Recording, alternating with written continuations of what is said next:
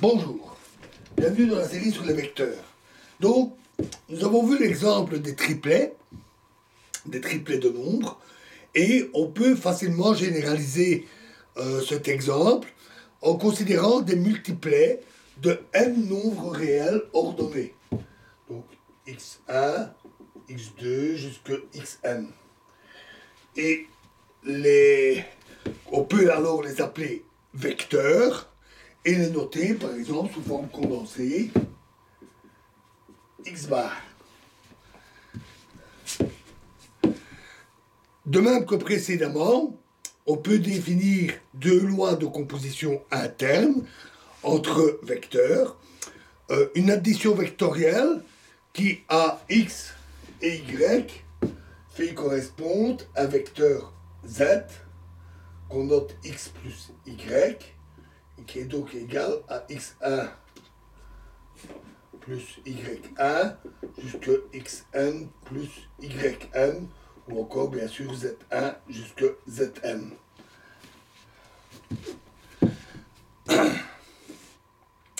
Et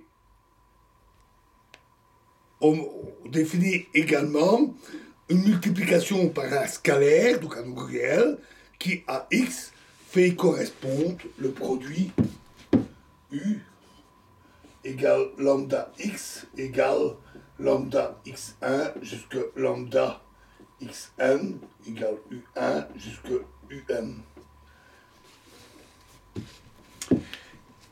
Et on vérifie très facilement que ces deux lois satisfont toutes les propriétés A1, A4, M1 à M4 que nous avons vues.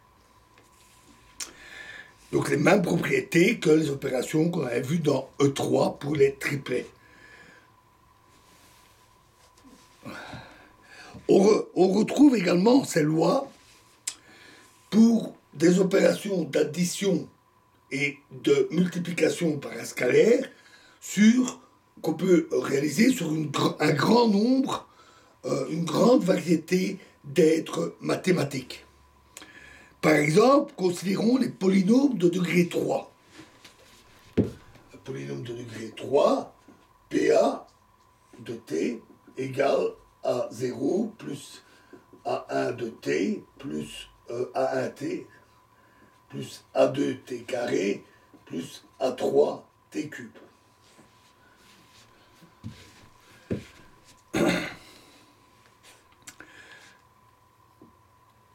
L'addition de polynômes PA et PB redonne un autre polynôme de degré 3 qu'on peut noter PC. De même, on vérifie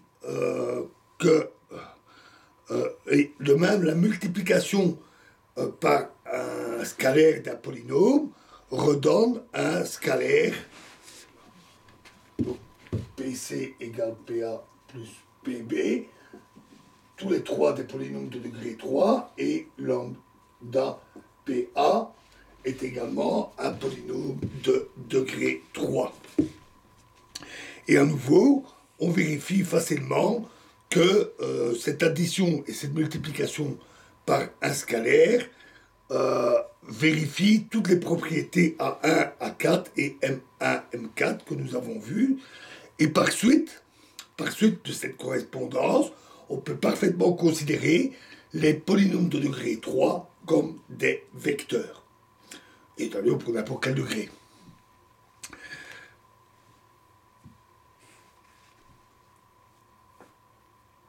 On sait définir cette addition et cette multiplication dans toute une série de cas sur toute une série d'objets.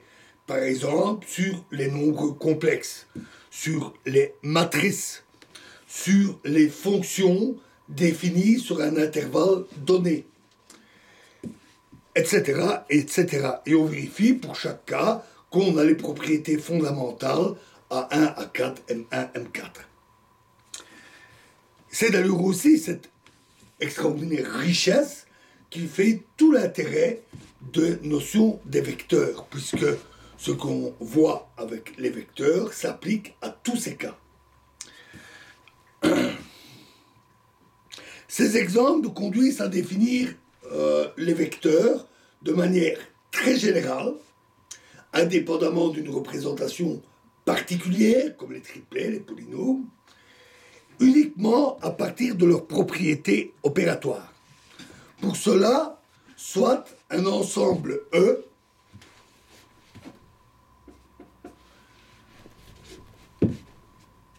d'éléments quelconques, absolument quelconques. On ne se préoccupe pas de la nature des éléments, c'est un ensemble.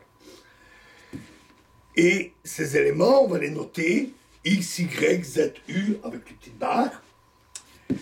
Et on va supposer qu'il existe, ou on définit, deux lois de composition interne. À tout couple X, Y, on fait correspondre un élément Z de E, que l'on va noter Z égale X plus Y, et qui possède les propriétés A1 à A4.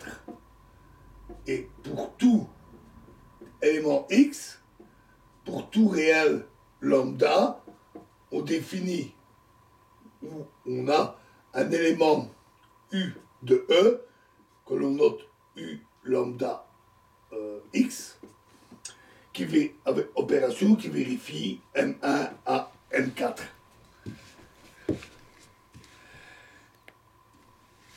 Et c'est tout. Pas besoin de définir de quelle sorte d'éléments on parlerait. C'est juste des éléments. Et par définition, l'ensemble E muni de ces deux lois de composition interne est appelé un espace vectoriel défini sur le corps des nombres réels, ici, on peut le faire sur les complexes, et les éléments de E sont appelés des vecteurs. Voilà donc tout simplement pour la définition générale. Alors il peut être parfois utile, surtout sur vous de la rigueur, de distinguer l'ensemble E' d'éléments qui sert au départ, l'ensemble d'éléments qu'on se donne au départ, qui est un simple ensemble, de l'espace vectoriel E lui-même. Lorsqu'on ajoute à E' deux lois de composition interne, elles constituent une structure que l'on donne à E'. E' muni de ces deux lois, possédant respectivement les propriétés A1, A4 et M1, M4. Et l'ensemble, le tout devient alors un ensemble E muni d'une structure d'espace vectoriel. E et E' se confondent évidemment en tant qu'ensemble d'éléments. Mais E' se distingue de E en tant qu'espace qui constitue un ensemble structuré. On peut dire que E' constitue le support de E. Alors, de manière générale, d'ailleurs, munir un ensemble d'une ou plusieurs relations d'ordre par exemple, et ou de lois internes, de lois de composition interne, c'est lui conférer une structure définie par les propriétés de ces relations et opérations.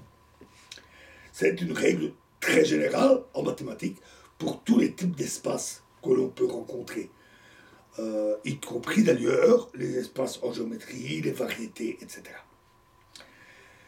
Voilà donc pour notre définition des vecteurs. À partir de là, on peut définir, analyser ou construire plein de choses et construire de nouvelles choses. Et dans la prochaine vidéo, nous parlerons des bases d'un espace vectoriel. On parle aussi des vecteurs de base. Je vous remercie.